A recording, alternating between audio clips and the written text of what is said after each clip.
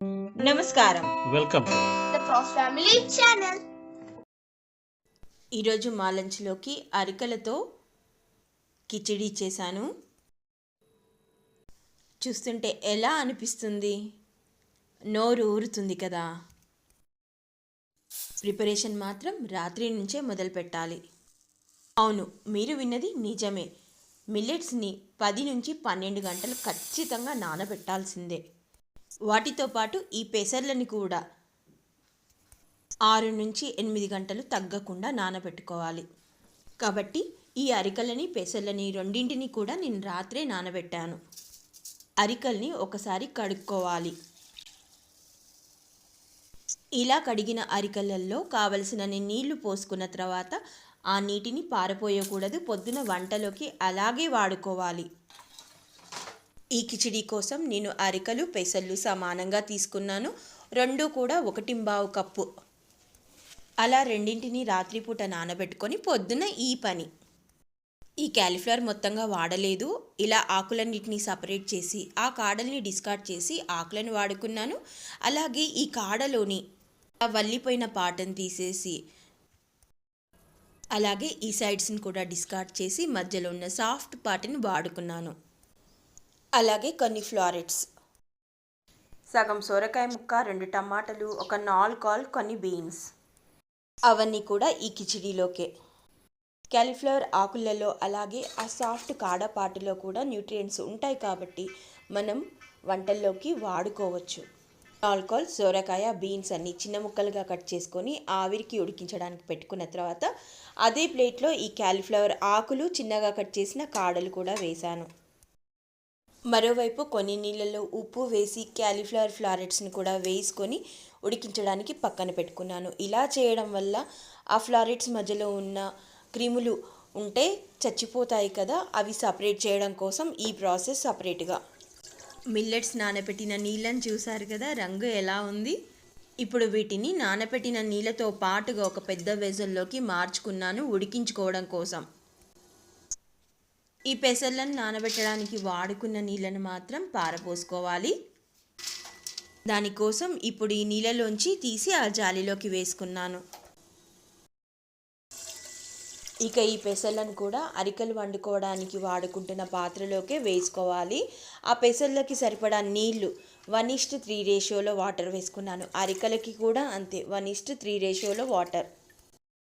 Pressure కుక్కర్లో వండుకోవడం చాలా సులువు అని ఒక ఆలోచనలో మనం ఉన్నాం, కానీ ఆలోచిస్తే వీటిని నానబెట్టుకోవడం రాత్రే చేస్తాము. ఆ ప్రాసెస్ అయితే తప్పదు. అలాగే వెజిటబుల్స్ కట్టింగ్ అనే ప్రాసెస్ కూడా తప్పదు. ఇప్పుడు వీటన్నిటిని ప్రెషర్ కుక్కర్లో వండినా విడిగా వండినా టైం అంతే తీసుకుంటుంది. అండ్ ఇప్పుడు ప్రెషర్ కుక్కర్ వాడకం మంచిది కాదు, ఇలా విడిగా వండుకోవడమే మంచిది అని చెప్తున్నారు కదా. కొన్ని క్యారెట్ ముక్కలు ఫ్రిడ్జ్లో ఉన్నాయి, నేను చూసుకోలేదు. సో ఇలా చిన్నగా కట్ చేసి ఈ స్టేజ్లో వేసినా సరే ఉడుకుతాయని వేసేసాను. అలాగే ఒక ఉసిరికాయ, చిన్న అల్లం ముక్క, వీటిని కూడా చిన్న చిన్న ముక్కలుగా వేసి ఈ స్టేజ్లో వేసేసాను. అరికల్ని చూస్తే కంటికే తెలిసిపోతుంది బాగా ఉడికిపోయాయని. పెసర్లు కూడా మంచిగా ఉడికాయి. అయితే ఒక్కసారి మీకు చూపించడం కోసం చెక్ చేసి చూపిస్తున్నాను వీడియోలో. ఇప్పుడు ఆ ఉడికించుకున్న కూరగాయ ముక్కలన్నింటినీ కూడా ఇందులోకి వేసేసుకోవాలి. టమాటాలని ముందుగా ఉడికించలేదు, అవి ఉడకడానికి పెద్దగా టైం పట్టదు కాబట్టి అలాగే వేసేసాను ఈ స్టేజ్లో. మీరు కావాలంటే ఒకటే వెజల్లో ఆ మిల్లెట్స్, పప్పు, పెసర్లు, వెజిటబుల్స్ అన్నీ ఆవిరికి ఉడికించాల్సిన పని లేకుండా ఒకటేసారి అన్నిటికి కావాల్సిన నీళ్లు పోసి కూడా ఉడికించుకోవచ్చు. గమనించారు కదా, నేను వెజిటబుల్స్ని ఈ మిల్లెట్స్లోకి యాడ్ చేసుకున్న తర్వాత కాస్త బెల్లం ముక్క, ఉప్పు, అలాగే మరికొన్ని నీళ్లు కూడా. నేను ఇలా విడివిడిగా ఉడికించడం వల్ల స్టవ్ పైన కుకింగ్ టైం సేవ్ చేసుకోవచ్చు అన్న ఆలోచనతో చేశాను. ఇప్పుడు ఇవన్నీ కలిపి ఒక 10 నుంచి 15 నిమిషాలు ఉడికితే సరిపోతుంది.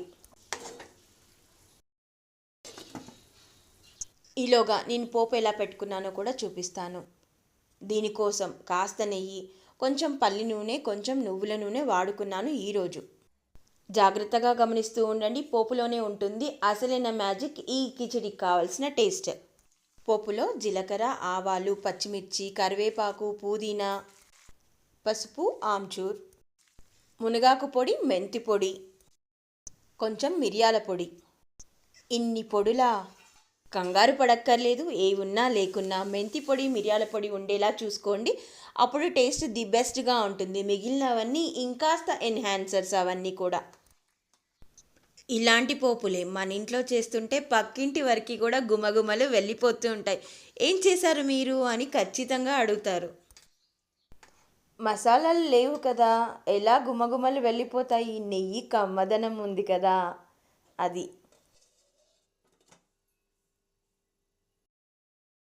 దీన్ని మా లంచ్ టైంలో నేను ఎలా సర్వ్ చేసుకొని తిన్నానో మీకు చూపిస్తాను, చూస్తూ ఉండండి.